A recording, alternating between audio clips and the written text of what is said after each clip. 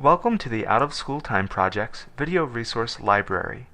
This bank of resources is made possible by the generosity of the Motorola Mobility Foundation, Public Health Management Corporation, the City of Philadelphia's Department of Human Services, and members of the Out of School Time community.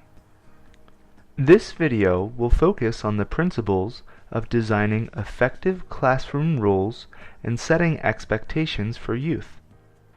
First, we need to answer the question, what is a rule?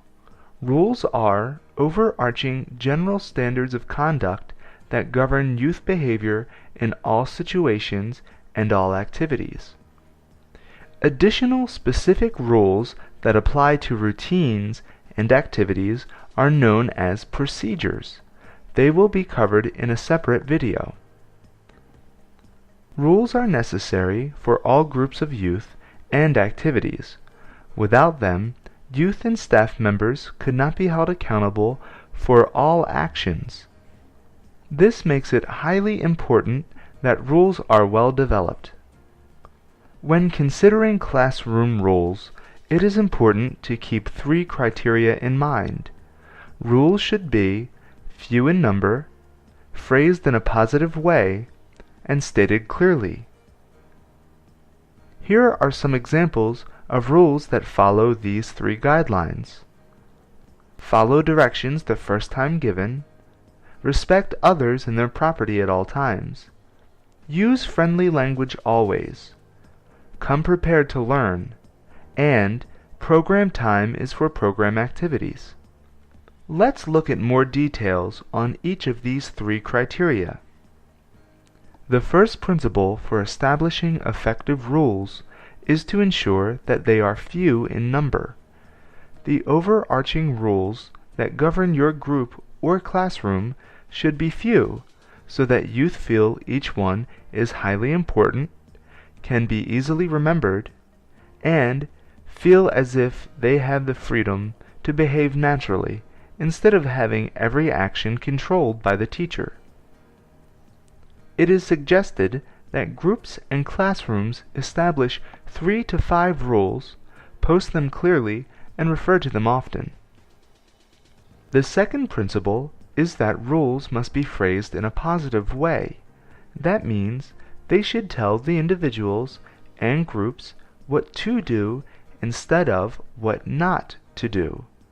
For example, the rule, "No talking when the teacher talks," is not phrased positively because it tells the youth what not to do. It does not prevent youth from leaving their seats, making noises, or doing anything that is not talking. It is better to phrase the rule positively and say, "Pay full attention when the teacher is talking." Our final principle is that rules should be stated clearly as well as being stated positively. While a rule like "have fun" or "be nice" is stated positively, it is vague, unclear, and difficult to understand. Youth may also find exceptions to vague rules. Let's look at the example, "Be nice," and the rule, "Use friendly language at all times." Be nice is vague and does not clearly tell youth how to behave. It's a generic statement. Use friendly language at all times is much clearer and teaches youth how to speak to each other. Here are some tips for ensuring your classroom rules are useful and implemented successfully. Review the rules with the youth to ensure that they understand them. It might be useful to conduct a read-aloud or tell a story to demonstrate your rules. For older youth, it might be more effective to use non-fiction texts and role-playing to start in-depth conversations.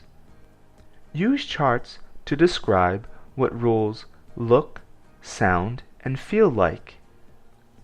Establish your rules at the very beginning of the program cycle to set a positive and supportive tone for your group.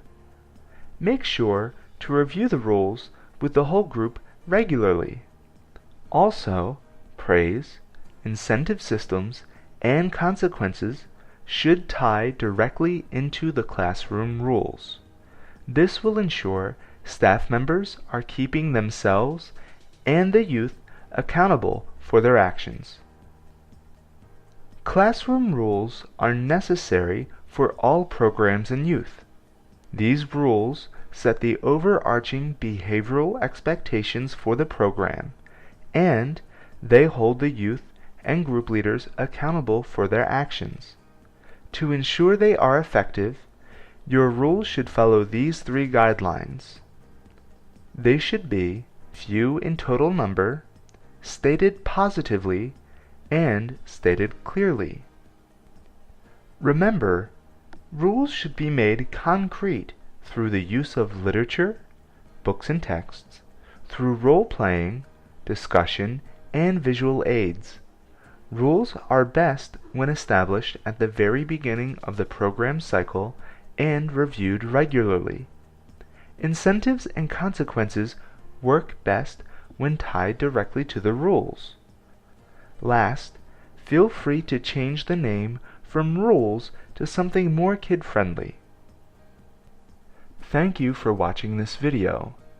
For more information about these videos and OST programming in Philadelphia, please visit our website. Thank you.